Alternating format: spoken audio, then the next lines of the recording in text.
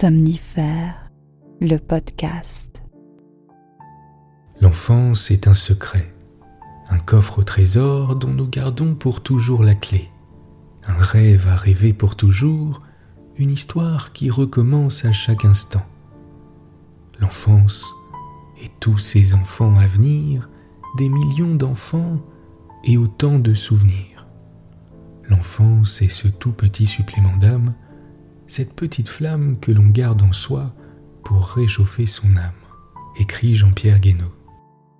Bonsoir à tous, nous sommes le mardi 2 novembre et Somnifère vous raconte ce soir l'histoire d'un homme qui se remémore son enfance passée autour d'un petit ruisseau de campagne. Les souvenirs jaillissent au fil du récit. Les petits bateaux de papier, la pêche aux poissons et l'eau de ce ruisseau qui jaillit de nulle part et semble aller vers l'inconnu. Il décide d'y retourner pour tenter de retrouver ses plaisirs d'autrefois, mais il semble lui manquer quelque chose, ses yeux d'enfant. C'est une nouvelle d'Adjutor Rivard intitulée « Le ruisseau ». Je vous souhaite une excellente nuit et maintenant place à notre séance de relaxation. La séance de relaxation. Prenez un moment pour tourner votre attention sur votre corps, de la tête aux pieds, en vous assurant que chacun de vos muscles est détendu.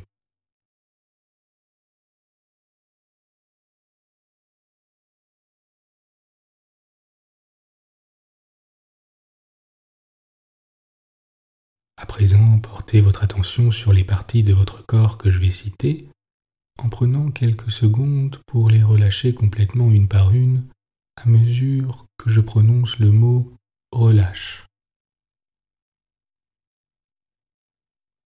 On commence par les orteils qui se relâchent.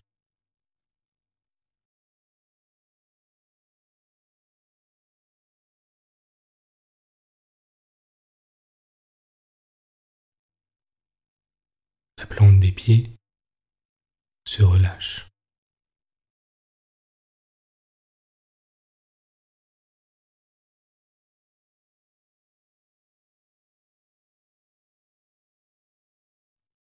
Les chevilles se relâchent.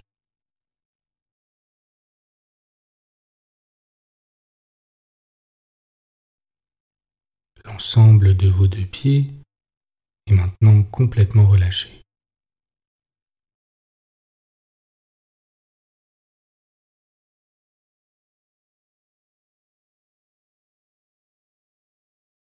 Vos mollets se relâchent.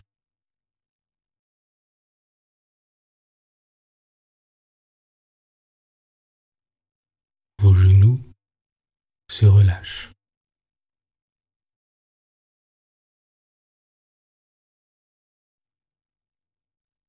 Vos cuisses se relâchent.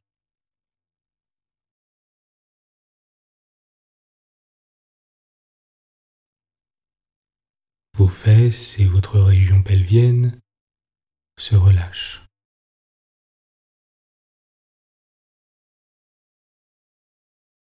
L'ensemble de vos deux jambes se relâche. Vos hanches se relâchent.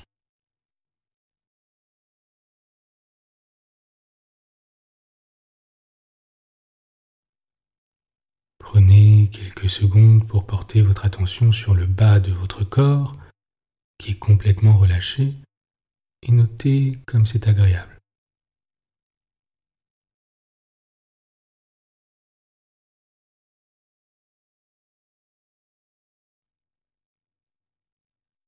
Prenez une grande inspiration et à l'expire, sentez toutes les émotions indésirables accumulées pendant la journée se libérer, vous laissant encore plus calme et détendu.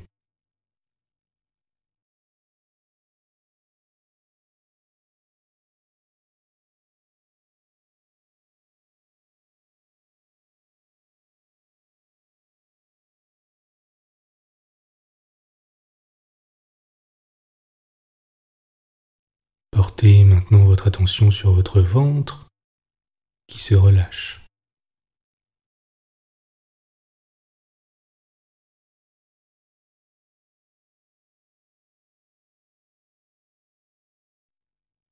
votre poitrine se relâche.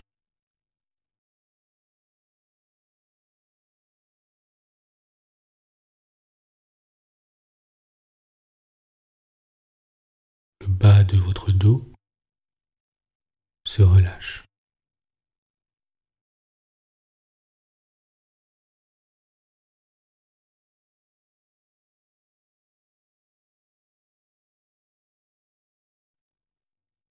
La détente se propage maintenant dans l'ensemble de votre dos, vertèbre par vertèbre,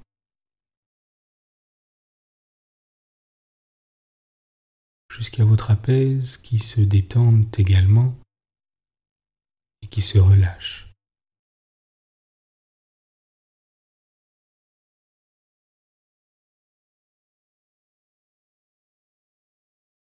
C'est maintenant le tour de vos épaules qui s'affaissent complètement et se relâchent de tout leur poids.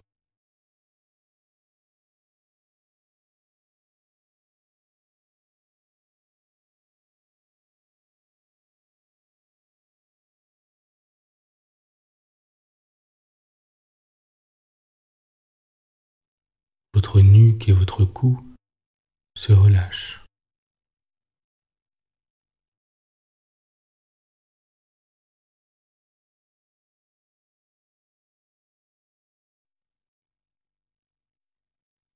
Votre tête est lourde dans l'oreiller et à son tour se relâche.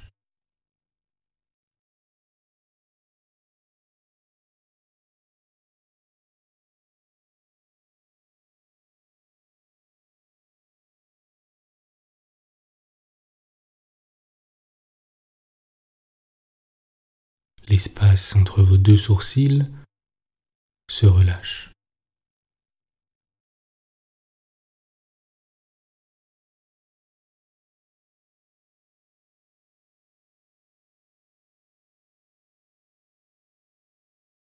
Votre mâchoire se relâche.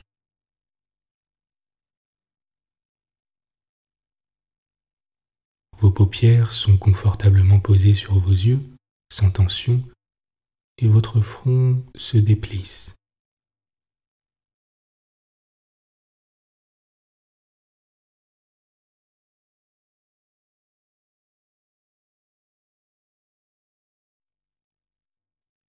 C'est maintenant au tour de votre cuir chevelu de se détendre complètement et de se relâcher.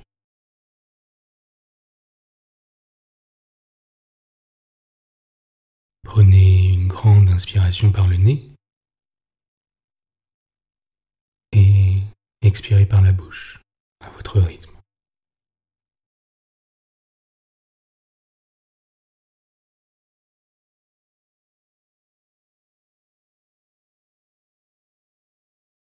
Prenez un instant pour profiter de cette détente du corps qui se transforme en détente de l'esprit.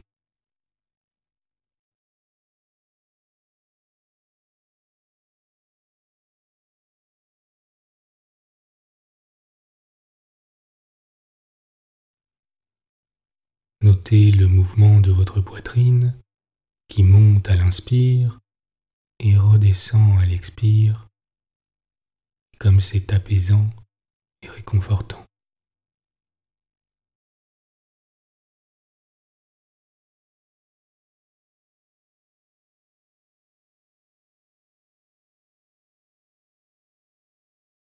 Sentez comme à chaque expire, vous semblez être de plus en plus détendu.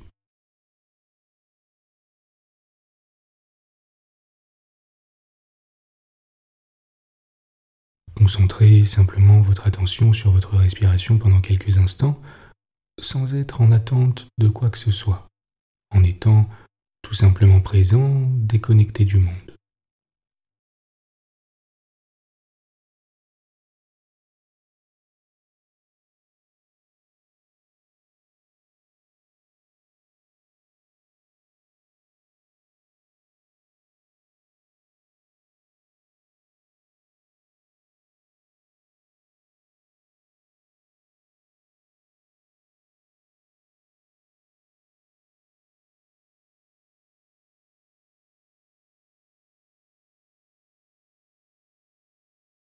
Vous êtes calme et détendu.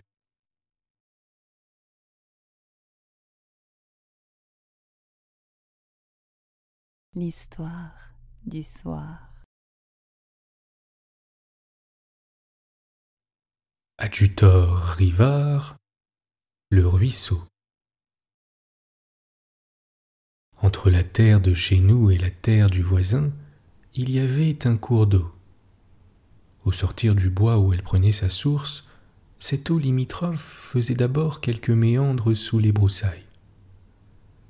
Puis venant à rencontrer la ligne de division des deux biens, elle coulait droit au sud. Après avoir recueilli de ça de là l'apport des rigoles, elle arrivait près des maisons, obliquée un peu à l'est, laissait de notre côté les ruines d'un vieux moulin, et faisant un crochet, coupait en biais le chemin du roi sous un pont. Pour de vrai, c'était une rivière. Au souvenir de ceux qui enfants jouèrent sur ses bords, cela ne fait pas de doute. Quand de la maison on nous appelait à l'heure des vaches, il fallait pour remonter les berges escarpées agripper les branches et les racines. Sur la rive se trouvait un rocher énorme. Seuls les grands parvenaient à y grimper. Du sommet, on avait, rapportait-il, une vue magnifique. En amont, à partir du moulin, une eau claire et rapide courait sur les cailloux. En aval, avant de passer par la goulette du pont, elle s'élargissait et cela faisait un lac. Dans notre rivière, il y avait des poissons, des petits, très éveillés, et qui voyageaient par bandes, des gros, de sens plus rassis, et qui restaient à l'ombre sous le pont. Dans l'eau, transparente comme une vitre, ils tenaient tête au courant, et leurs fines nageoires remuaient. Dans notre rivière, des vaisseaux naviguaient, montaient à la cordelle, descendaient à volo, manœuvraient d'un atterrage à l'autre. Il y avait des chaloupes, des goélettes et des trois-mâts.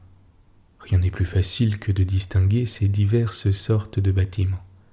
Les chaloupes, c'est des morceaux de bois tout petits, de n'importe quelle forme, et qui n'ont ni quille ni mâture. Cette heureuse disposition permet aux chaloupes d'aller aussi bien sans dessus-dessous qu'autrement. Avantage fort apprécié des navigateurs. Les goélettes aussi sont à fond plat. Mais taillées au couteau de poche dans un bardeau de cèdre, elles accusent des formes plus savantes. Pointues de l'avant, arrondies de l'arrière, elles sont évidemment faites pour la course. Aussi portent-elles deux mâts, sur lesquels on fixe de petites voiles de papier.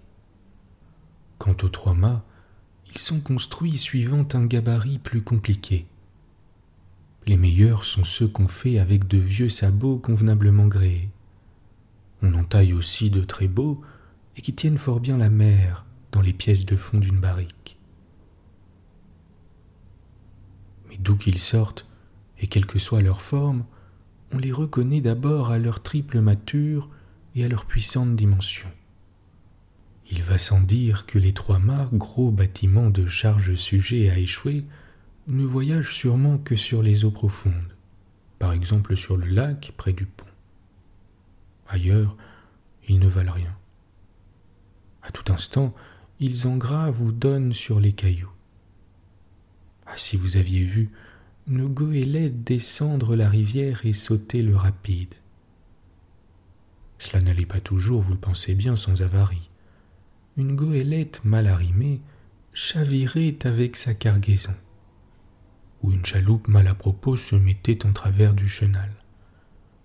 Mais aussitôt le patron du malheureux vaisseau dans l'eau jusqu'aux chevilles le redressait, et le voyage continuait au hasard des courants.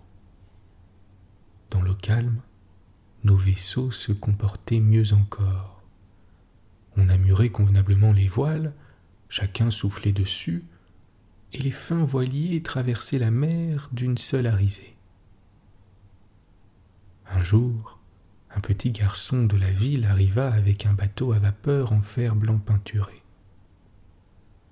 On tournait une clé, une hélice se mettait à battre, et le bateau marchait tout seul. Auprès de cette merveille, nos vaisseaux avaient piteuse mine. Leur supériorité ne tarda cependant pas à paraître. En effet, le bateau mécanique était toujours échoué. Même au plus creux de l'eau, il touchait fond et se couchait sur le flanc. Cependant que nos 3 mâts évoluaient sans encombre. Aussi le citadin n'essaya pas longtemps de faire flotter son jouet. Bientôt, il l'abandonnait sur le rivage, ferraille inutile, et comme nous, pieds nus et culottes retroussées, dirigeait une flottille de gentils canots de bois qui dansaient sur les rives du lac. En 5 minutes, nous avions fait de lui un marin. Mais pour la pêche, le petit monsieur eut toujours un désavantage, à cause de son chapeau. Tout le monde sait que pour saigner le poisson, il n'y a qu'un bon moyen. On plonge son chapeau de paille dans l'eau, jusqu'au fond, un poisson passe, vite on retire le chapeau par les bords, l'eau s'écroule et le poisson est pris. Notre nouvel ami voulut faire de même.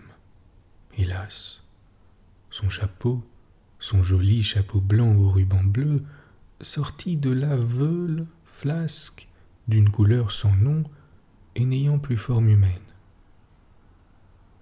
Les nôtres, au contraire, rustiques et façonnés à la misère, s'accommodaient de cette manœuvre le mieux du monde. Un coup de soleil, et il n'y paraissait plus. Qu'elle était belle, ma rivière! Le sable était d'or, l'eau de cristal, les poissons d'argent. Chaque jour, chaque heure ajoutait quelques notes nouvelles et favorables.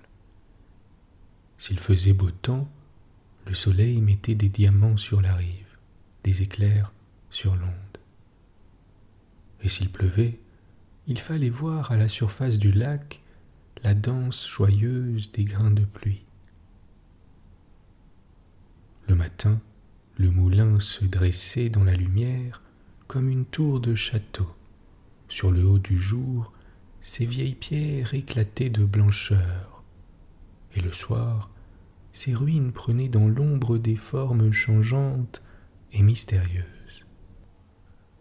Ma rivière était pure. Rien ne souillait son onde jeune et fraîche. Des champs traversés, elle n'apportait rien que d'honnête. Un brin de foin, une feuille, une fleur descendait parfois le courant. Mais sur son lit de cailloux comme sur le sable de sa grève, nulle ordure. On y buvait sans crainte, au creux de la main, une eau saine et bienfaisante. Ma rivière était douce, loyale et de bons conseils.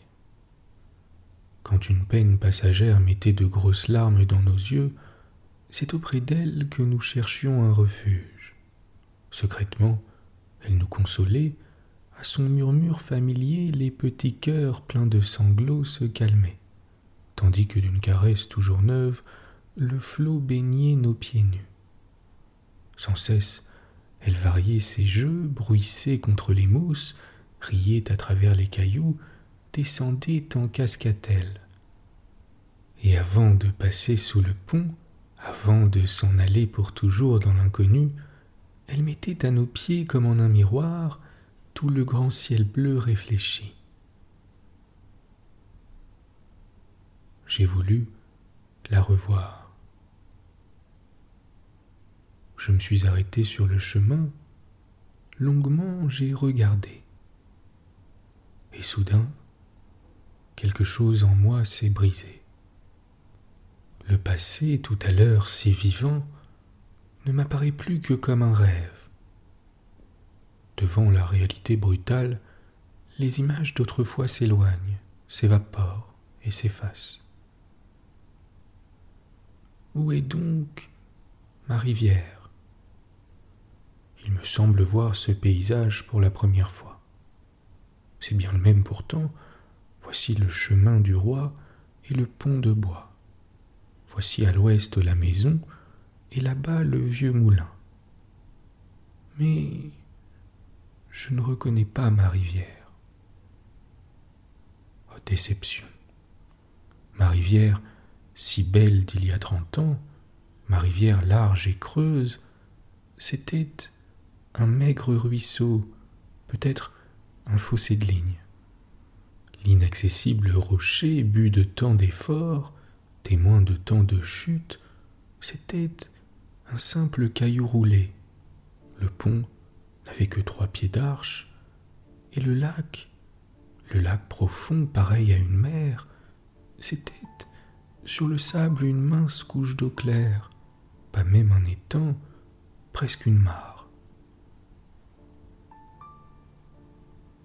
Tout cela, qui me parut un jour si grand, tout cela est petit et étroit. Combien l'aspect qu'à mon regard prenaient autrefois les choses était plus beau et meilleur et plus vrai.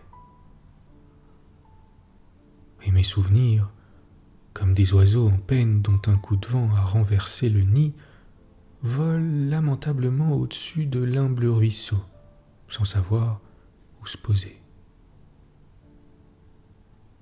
Ah, que n'ai-je encore, mes yeux d'enfant.